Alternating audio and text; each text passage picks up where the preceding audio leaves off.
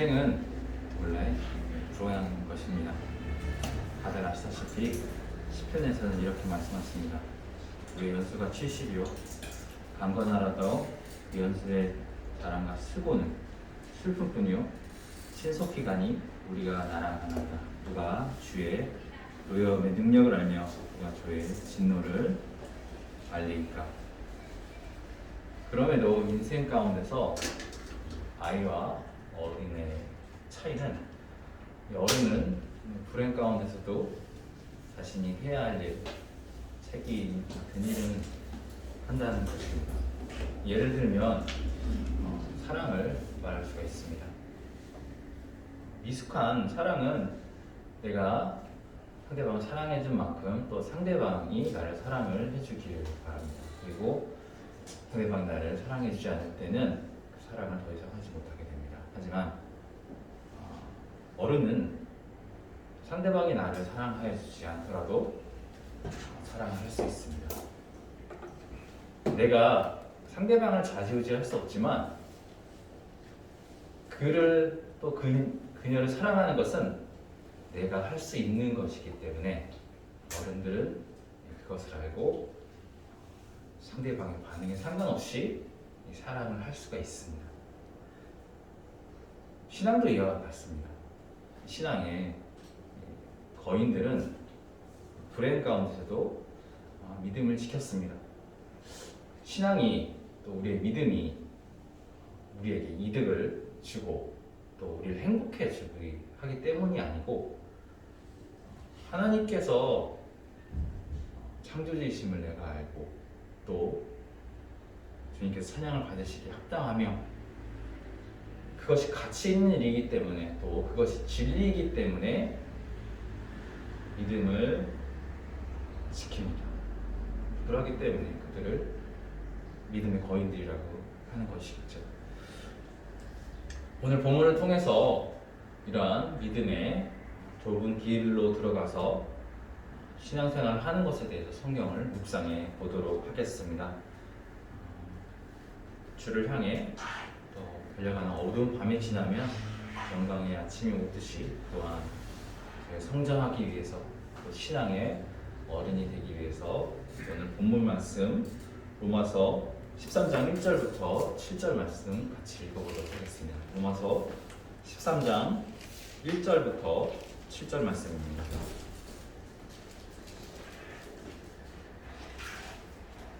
제가 두 구절 읽으면 혼돈님께서 다음 두 구절 읽어주시기 바랍니다. 각 사람은 위에 있는 권세들에게 복종하라.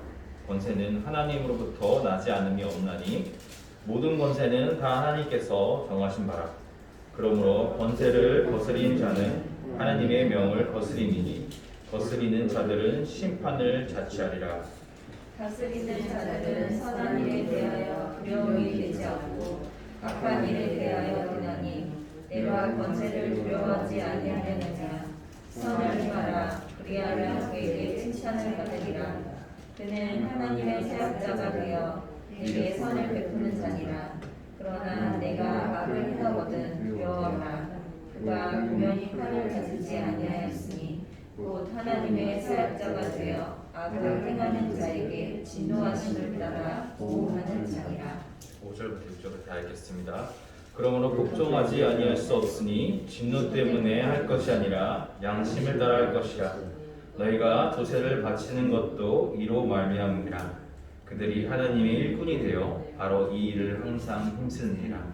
모든 자에게 줄 것을 주되 조세를 받는 자에게 조세를 바치고 관세를 받는 자에게 관세를 바치고 두려워할 자를 두려워하며 존경할 자를 존경하라. 네, 오늘 본문 말씀에는 위에 있는 권세들에게 복종하라고 말씀하십니다. 왜냐하면 모든 권세는 다 하나님께로부터 남쪽 하나님께서 정하신 것이기 때문입니다. 하지만 이 자본주의에 살아가고 있는 저희는 현실적으로 사람을 대할 때 어떤 기준으로 대하나요? 그 사람의 인성, 하나님의 말씀에 따라 대할까요? 솔직히 얘기해서 돈 때문입니다.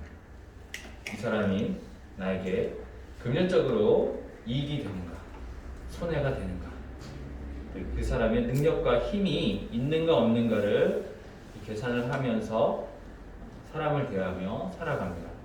이 대표적인 예가 직장 상사입니다. 우리가 상사에게 복종하고 그 사람의 말을 듣고 또 잘 보이려 하는 것은 그 상사가 고가 평가를 하고 연봉을 좌지우지하기 때문입니다. 그 분의 언행이 훌륭하고 또 존경할 만한 점이 있는가는 그렇게 중요한 점이 아닙니다. 이 고객도 마찬가지입니다.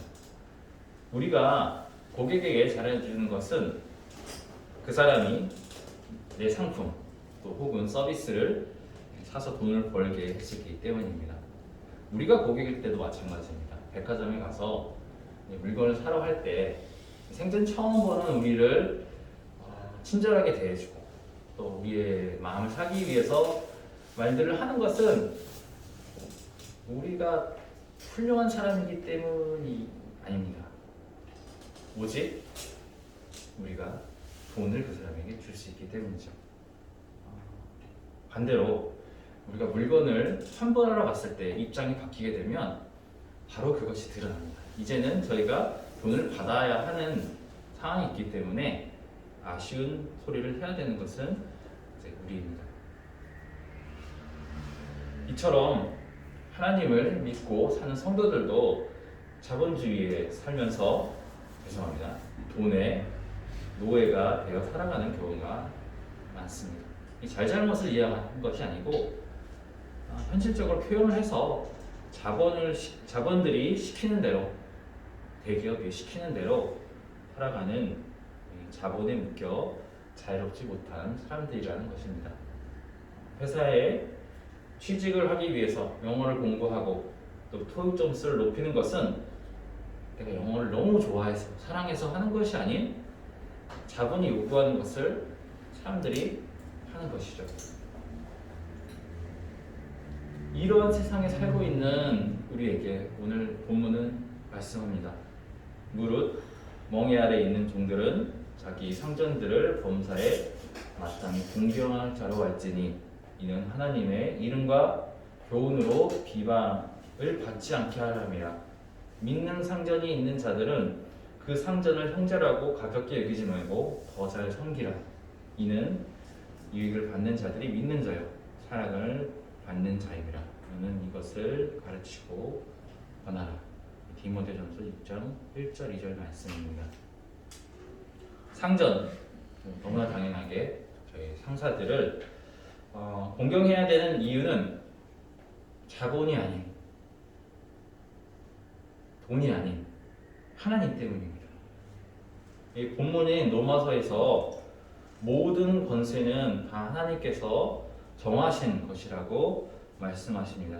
이 정하다라는 단어, 그리스어 타소는 이 지명하다, 임명하다, 세우다라는 뜻입니다. 이 단어에는 이 우연이라는 의미는 조금도 들어있지 않습니다. 이처럼 모든 권세는 하나님께서 임명하셨으므로 그 권세를 공경하는 것은 그 배후에 있는 하나님을 공경하는 것입니다. 반대로 그들을 공경하지 않는다는 것, 또 경멸한다는 것은 역시나 배후에 있는 하나님을 거부하는 것과 같습니다. 하나님께서 위임하신 권세에 대항하는 것은 또한 하나님께 대항하는 것이고, 또 그러므로 사도 바울께서는 권세를 거스리는 자는 하나님의 명을 거름이라고 오늘 본문 13장 2절에서 말씀하셨습니다. 이에 대해서 어떤 사람들은 반박을 할 수 있습니다. 하지만 내 상사는, 또 내가 아는 상사는 아주 까다롭고 심지어는 악하다. 그런 사람들도 하나님께서 임명하셨다는 말인가? 나아가 그런 사람들도 공경해야 된다는 말입니까? 예외도 있지 않을까요? 물론 비열하고 폭압적이고 불의한 권위들도 많습니다. 성경에도 그런 기록들이 있습니다. 그러나 우리가 확실히 알아야 되는 것은 성경이 어떻게 얘기했냐는 것이 말씀하셨다는 것입니다. 성경은 모든 권세가 하나님께로부터 왔다고 했지 모든 권세가 경건하다고 하시지는 않았습니다. 출애굽기의 발언을 보십시오. 그는 하나님의 언약의 백성인 이스라엘을 잔인하게 대했습니다. 그들은 심지어 그의 자식들을 죽이기까지 했습니다. 모세가 그 죽음에서 벗어났었죠, 다행히. 그런 바로의 권세가 어디서 나왔습니까? 성경은 출애굽기 9장 16절에서 내가 너를 세웠음이라고 말씀하십니다. 바벨론 왕 느부갓네살을 보십시오. 그는 유대를 멸하고 성전을과 하나님의 백성을 포로로 잡아갔습니다. 그가 하나님 앞에서 얼마나 이제 불경하게 살았는지 그의 죄의 가운데서 그가 미치광이가 되어서 사람들의 세상에서 쫓겨나기까지 했습니다. 하지만 그러한 왕에 대해서도 하나님은 말씀하셨습니다. 보라, 내가 내 종 바벨론의 느부갓네살 왕을 불러오리니. 예레미야서 43장 10절입니다. 이 두 권위의 사례는 오늘 본문에서 말씀하신 모든 권세는 다 하나님께서부터 정하신 것이라는 말씀과 상통합니다. 자, 마지막으로 사울 왕은 어떻습니까? 어떤 사람들은 사울 왕은 인간들이 선택한 왕이고 다윗은 하나님께서 선택한 왕이라고 말합니다. 하지만 이러한 말은 아합 위에 하나님께서 모든 권세를 세우셨다는 것을 부인하고 존중을 거두어서 폐를 끼칠 수도 있는 말입니다. 물론 사울이 정서가 불안하고 또 불경한 왕에 대한 것은 성경에서 분명히 말씀하고 있습니다. 그럼에도 불구하고 사무엘상 15장 11절에서는 이렇게 말씀하십니다. 내가 사울을 왕으로 세운 것을 후회하노니 그가 돌이켜 나를 따르지 아니하니라. 하나님께서 이 사울을 이제 왕으로 세우셨고 또 후회하셨다고 말씀했음에도 불구하고 그 불의한 권위 아래에 있었던 다윗은 사울을 여전히 존중하고 그에게 복종했습니다. 처음부터 사울이 다윗을 죽이려 했던 것은 아니었습니다. 다윗이 사울의 목적에 부합할 때에는 사울은 다윗을 총애하면서 친절하게 대했습니다. 그러나 다윗이 어느 때부터 자기보다 더 인기를 얻고 자신의 안전을 위협한다고 생각됐을 때 사울은 시기심으로 사나워져서 다윗을 죽이려고 했습니다. 이후 14년 동안 다윗은 광야, 여러 벽지, 외국 땅에서 살아야 했습니다. 16살부터 30년까지 다윗은 고향의 집에 갈 수가 없습니다. 이러한 이 권위에 대해서도 사도 베드로는 말씀하십니다.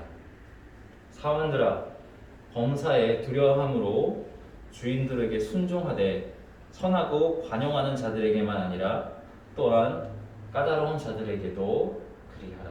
베드로전서 2장 18절 말씀입니다. 눈에 띄는 단어가 까다로움이라는 단어입니다. 약간 이 극단적으로 번역이 된 것이 아닐까라는 생각도 듭니다. 그래서 그리스 원어를 살펴보면 테이서라는 뜻의 단어를 사용을 하였고 이 사전의 뜻을 찾아보면 삐뚤어지다, 괴팍하다, 악하다, 불공평하다, 또 심지어는 주제넘다라는 뜻으로 나와 있습니다. 이러한 권위에 대해서도 베드로 사도께서는 순종하라라고 말씀하시죠. 그러면 이러한 말씀에 대해서 우리는 또 질문을 해볼 수가 있습니다. 하나님은 자녀를 학대하는 분이신가? 아닙니다. 하나님은 우리를 사랑하시는 정도가 아니라 그분은 사랑 그 자체이십니다. 그렇다면 왜 하나님께서는 성도들을 까다롭고 가혹하고 삐뚤어지고 괴팍하고 부당하고 부정직한 지도자들에게 복종하라고 하실까요? 그것은 그런 지도자들에게 복종하면 세 가지 유익이 있기 때문입니다. 첫 번째, 부당한 대우를 받아도 존중하면 우리의 사건이 공의로 심판하시는 하나님께 맡겨져서 하나님이 해결하시기 때문입니다. 만약 우리가 우리 위에 있는 건의에게 맞서 싸워서 일을 처리한다고 하면 그 사람이 우리 위에 있기 때문에 많은 경우 우리는 이길 수가 없습니다. 그리고 이긴다 하더라도 과연 그것이 이기는 것일까요? 나중에 가서 분명히 불행한 일이 생깁니다. 하지만 성경은 이에 대해서 사건의 해결을 하나님께 맡기라고 말씀하십니다. 시편 40편에서 이렇게 말씀하십니다. 여호와여 은총을 베푸사 나를 구원하소서. 여호와여 속히 나를 도우소서. 내 생명을 찾아 멸하는 자들이 다 수치와 낭패를 당하게 하시며 나의 해를 기뻐하는 자는 다 물러가 욕을 당하게 하소서. 주를 찾는 자는 다 주 안에서 즐거워하고 기뻐하게 하시며 주의 구원을 사랑하는 자는 항상 말하기를 여호와는 위대하시다 하게 하소서. 둘째로 베드로 사도는 우리가 부당한 대우를 존중 내지 축복으로 갚으면 다음과 같은 일이 벌어진다고 말씀하십니다. 악을 악으로, 욕을 욕으로 갚지 말고 도리어 복을 빌라. 존중하라고 저희가 이해할 수 있겠죠. 이를 위해서 너희가 부르심을 받았으니 이는 복을 이어받게 하려 하심이라. 사도께서는 우리가 부당한 대우에 바르게 대처하면 내게 불친절한 사람을 대처하면서 내게 불친절한 사람을 존중하도록 저희가 부름을 받았다고 말씀하십니다. 그리고 왜 우리가 그렇게 부름을 받았냐는 것에 대해서 이 복을 받기 위해서라고 말씀하십니다. 이 첫 번째 유익과 두 번째 유익의 좋은 예가 다윗입니다. 앞에서 말씀드린 것 같이 다윗은 14년 동안 사울을 피해 살면서 자신이 아끼는 모든 것을 잃었습니다. 하나님께서는 다윗을 이 모든 것은 단 한 가지, 하나님께서 다윗을 사울이라는 이 까다로운 지도자 밑에 두셨기 때문입니다. 다윗은 심지어 자신의 무죄를 거듭 사울에게 증명하였습니다. 그럼에도 불구하고 사울은 계속 다윗의 목숨을 노렸죠. 그러던 중 다윗의 불행이 끝날 기회가 찾아왔습니다. 어느 날 이 엔게디 광야에서 불 속에서 사울을 죽일 기회가 다윗에게 찾아왔습니다. 다윗의 부하들은 사울을 죽이라고 부추겼습니다. 그리고 그것이 옳은 일이라고 논리적으로 설득까지 했습니다. 하지만 다윗은 이렇게 자신의 원수를 갚을 수 있는 기회에 하나님께 맡겼습니다. 사무엘상 24장 6절은 이렇게 말씀합니다. 자기 사람들에게 이르되 내가 손을 들어 여호와의 기름 부음을 받은 내 줄을 치는 것은 여호와께서 금하는 것이니 그는 여호와의 기름 부음을 받은 자가 괴민이라 하고.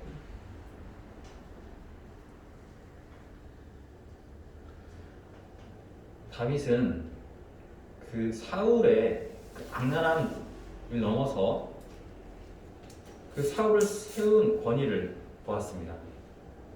하나님이 세운 윗사람을 존중한다는 것은 곧 하나님을 존중한다는 것입니다. 나를 계속적으로 부당하게 대하는 사람을 귀하게 대할 수 있는 것은 마음으로 진정 하나님을 경외할 때만 가능합니다. 그리고 다윗이 이렇게 하나님을 존중할 때 하나님께서도 그를 존중하셨습니다. 하나님께서 다윗을 얼마나 존중하셨는지 시편 89편에서 이렇게 말씀하십니다.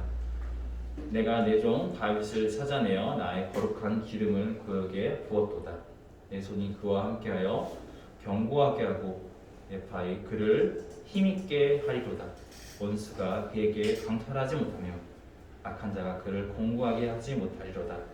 내가 그 앞에서 그의 대적을 박멸하며 그를 미워하는 자들을 치려니와 나의 성실함과 인자함이 그와 함께하리니 내 이름으로 말미암아 그의 뿔이 높아지리로다.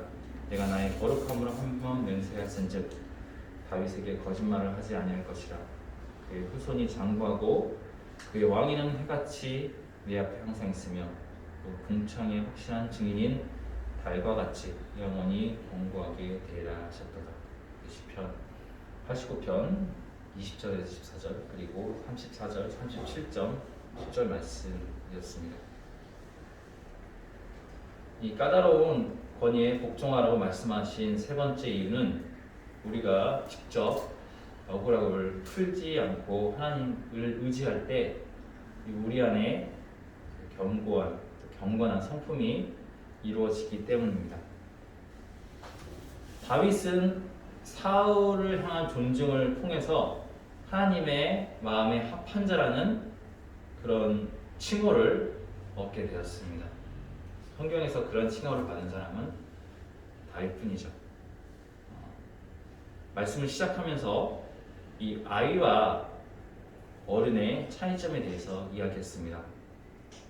어른은 자기가 할 일에 대해서 합당한 대우가 주어지지 않는다 해도 자신의 책임과 올바른 행동을 할 수 있기 때문에 어른입니다.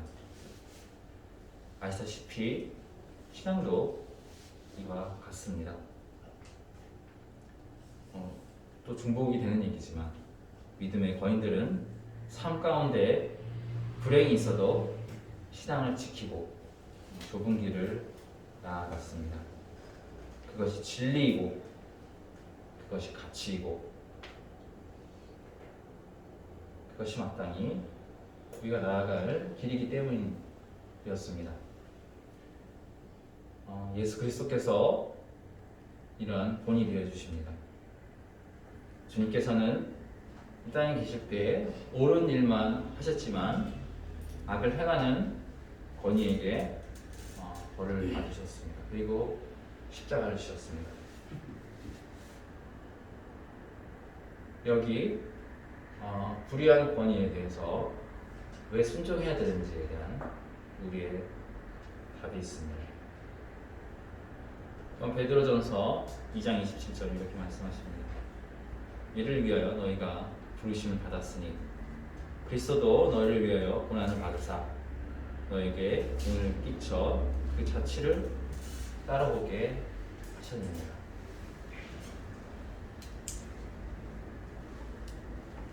네, 말씀을 마치겠습니다. 이 권위에 순종하고 저희가 존중해야 되는 것은 직장 상사에만 국한되는 것이 아닙니다. 하나님께서 세우신 권위는 정부, 학교의 교사, 그리고 교회의 사역자도 포함이 됩니다.